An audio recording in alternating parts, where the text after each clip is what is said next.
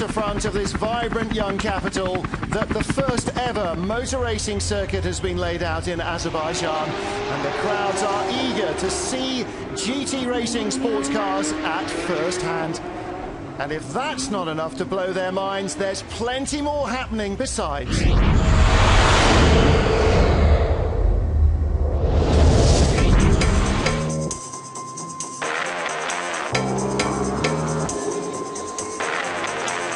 This event is a little bit different from all the motorsports events in the world because it's a combination of artists, music and a big children event.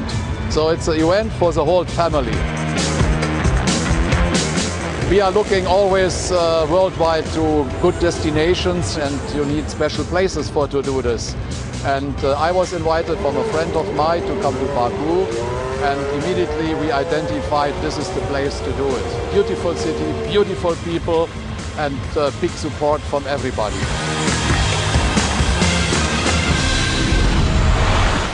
Months of planning and preparation have gone into the City Challenge 2012, and now it is all about to climax in its fruition.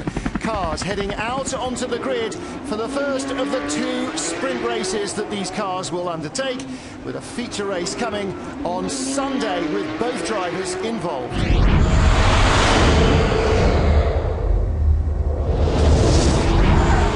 It was the McLaren of Fred Makovici who led the way at the start of the race. The white Porsche of British driver Sean Edwards, a winner on the streets of Monaco back in May, trying to challenge. He didn't get through, but up into 3rd place, the second of the silver and red McLarens of Rob Bell. And what everybody had feared, a big first corner pile-up, fails to materialise. The drivers understanding all too well the unyielding concrete walls of the Azerbaijan track would not forgive even a single mistake. They filed in sweetly into position in the opening couple of laps. It was all about the trio out front. The 2 McLarens, Fred Makovici pulling away from Sean Edwards despite every effort of the Porsche driver. All he could do was give chase. Rob Bell in 3rd place. The car was crashed at the end of qualifying, was not quite right.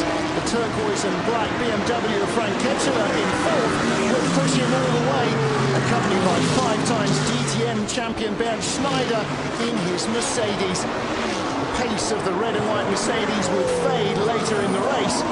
Schneider was determined to make his first adventure in Baku an impressive one. Makovici, though, had the race under control. As at Monaco, as at every other street race, pole position a vital part of winning here in Baku. He led from the first to the final lap. The first ever Azerbaijani motor race being won by the Frenchman. Sean Edwards taking 2nd place. Congratulations, Fred. The McLaren is definitely on form here in Baku, isn't it? Yeah, sure. We are really happy of this. This is the first part. Now I am confident that Steph do the same and to be on the front for the race, long race. And the car was really nice to drive. Just the problem is the traffic. When you're coming back, it's difficult. I did every time a little gap, and every time Sean coming back way close of me, and it was tricky 2 or 3 times, but I'm really happy of this result. Well, for the fans, wherever they were watching, from the cheapest grandstand seats to the swankiest paddock hospitality, there was plenty to see away from the racetrack as well, keeping the kids and the bigger kids entertained throughout the day. Well, for a first experience of motor racing, certainly everything was being laid on in spades.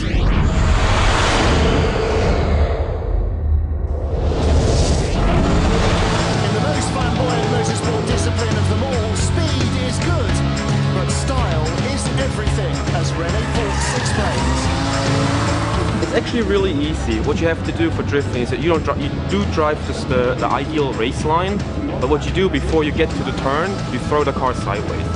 So you make the rear brake out, you stabilize the car, and then you just hit it full throttle, drifting through the turn, creating an angle of the car, oversteering it, and then just flooring it through the turn, making as much show as possible, because that's what drifting is about. There's not a spare seat anywhere around the city circuit.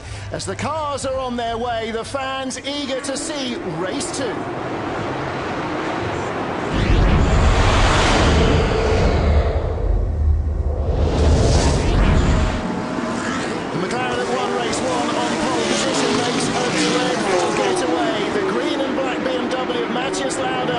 to the lead.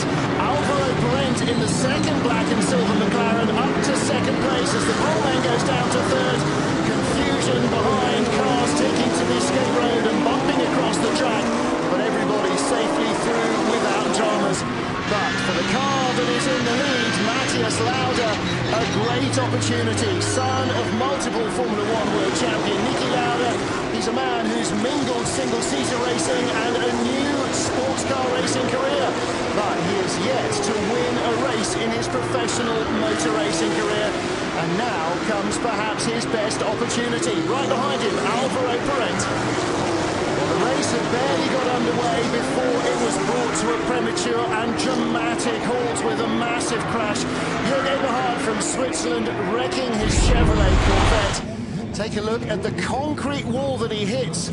Now those blocks are moved into position by forklift truck. He slammed them out of the way as if they were polystyrene. Well, such is the safety of modern racing cars. Even an impact like this will bruise but not break the driver. And fortunately, Jürg was able to climb out of the car unharmed, which is more than can be said for his Corvette.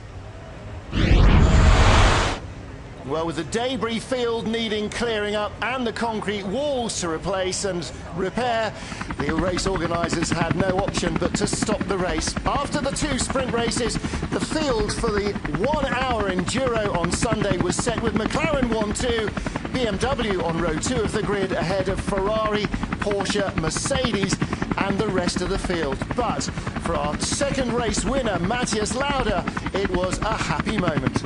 And how about tomorrow? Are you feeling confident? 100%. I think we will start second. And Frank will do the start. Frank is a really strong driver, and I will do the second stint. And if we have the same pace in the second race, for sure we can fight for the podium, and maybe everything goes right, we can fight for a win.